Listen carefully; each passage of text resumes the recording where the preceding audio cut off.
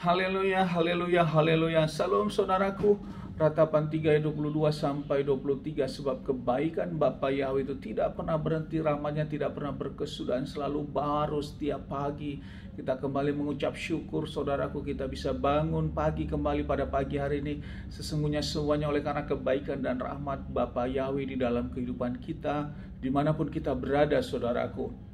Renungan KPI Mayim Kaim pada hari Kamis tanggal 29 April 2021 atau pada tanggal 17 Iyar 5781 yang merupakan kelanjutan dan pembacaan renungan Torah kita diambil dalam kitab Imamat 26 ayat 3 sampai 4, dan hari ini kita juga memasuki dalam penghitungan Omer yang ke-32 saudaraku.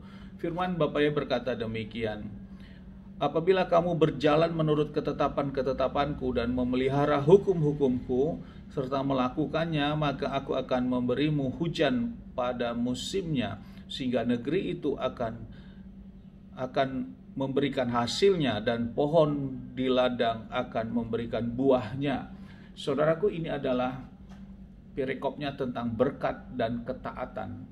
Bapa Yahweh konsistensi dengan perintah-perintah yang Bapa Yahweh berikan saudaraku, dan ketetapannya bila dilakukan dengan sungguh-sungguh maka Bapa yang memberkati bangsa Israel pada waktu itu dan juga kepada kita tentunya saudaraku, di mana pada waktu itu bangsa Israel tentunya pekerjaannya bercocok tanam saudaraku. Siklus musim yang ada di Israel itu sangat tepat dengan mereka harus menyocok tanam kapan mereka sampai menuai dan melakukan panen raya saudaraku, dan itu berjalan terus dan dijauhkan mereka dari musuh-musuh mereka semua, dan perlindungan Bapa Yahweh luar biasa selama mereka melakukan ketaatan saudaraku. Namun kitab suci kita bisa melihat bagaimana bangsa Israel memberontak sehingga ketaatan yang tidak mereka lakukan sehingga mereka menjadi dibuang saudaraku.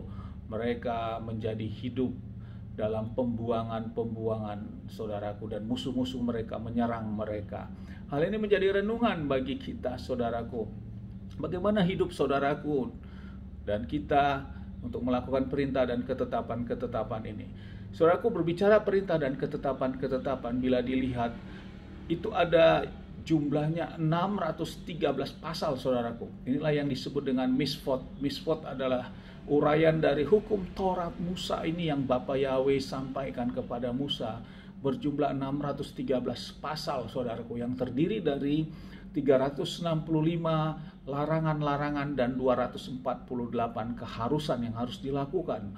Sangat banyak ya, memang sangat banyak dihadapkan dengan kondisi saat itu saudaraku. Namun dihadapkan dengan kehadapan kita saat ini tentu jumlah itu tidak seperti itu lagi, karena berbicara tentang pada waktu itu bagaimana memberikan persembahan bakaran, itu semua diatur saudaraku. Sementara hidup di zaman kita tidak melakukan hal-hal itu lagi saudaraku.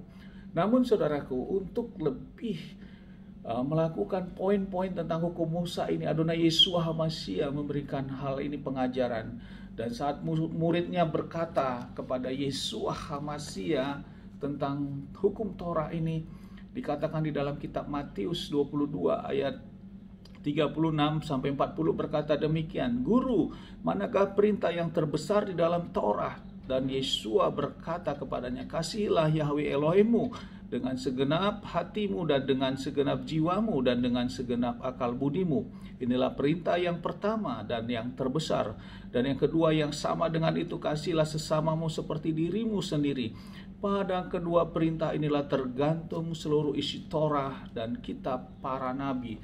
Jadinya dari kasihilah kepada Bapa Yahweh, kasihilah sesama manusia, pada kedua perintah inilah tergantung isi Torah yang jumlahnya 613 pasal tadi saudaraku, yang disebut misfot itu saudaraku. Jadi dibesarkan lagi menjadi batang tubuh yang harus dilakukan tentang kita mengasihi Bapa Yahweh dan mengasihi sesama manusia. Hal ini saudaraku, di breakdown lah hal ini di dalam 10 perintah yang Bapa Yahweh nyatakan dalam aksara Debarot atau 10 perintah yang di dalam 2 loh batu. Di sini diuraikan tentang kasih kepada Bapa Yahweh itu dan kasih kepada manusia. Inilah yang kita harus lakukan untuk kita tahu tentang kasih kepada Bapa Yahweh itu bagaimana. Karena diuraikan di dalam 10 perintah yang pertama sampai keempat. Ini adalah berbicara kasih kepada Bapa Yahweh. Yang pertama, bahwa tidak ada Elohim lain selain Bapa Yahweh yang harus kita sembah. Inilah wujud kalau kita mengasihi Bapa Yahweh. Yang kedua, kita tidak membuat patung apapun yang menyerupai apapun untuk kita sembah, kita puji.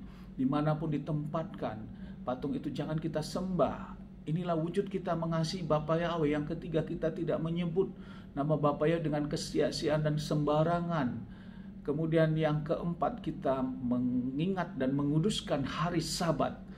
Jadi pasal hukum yang pertama sampai keempat inilah uraian atau turunan atau breakdown tentang kita mengasihi kepada Bapa Yahweh, saudaraku. Kemudian mengasihi kepada manusia bagaimana, itulah hukum yang kelima sampai 10. Untuk kita menghormati orang tua ayah ibu kita, yang kelima. Kemudian jangan membunuh, yang keenam jangan berzina, yang ketujuh jangan mencuri, yang kedelapan jangan bersaksi dusta, yang kesembilan dan juga jangan mengingini barang apapun yang memang bukan menjadi hak kita, yang ke-10.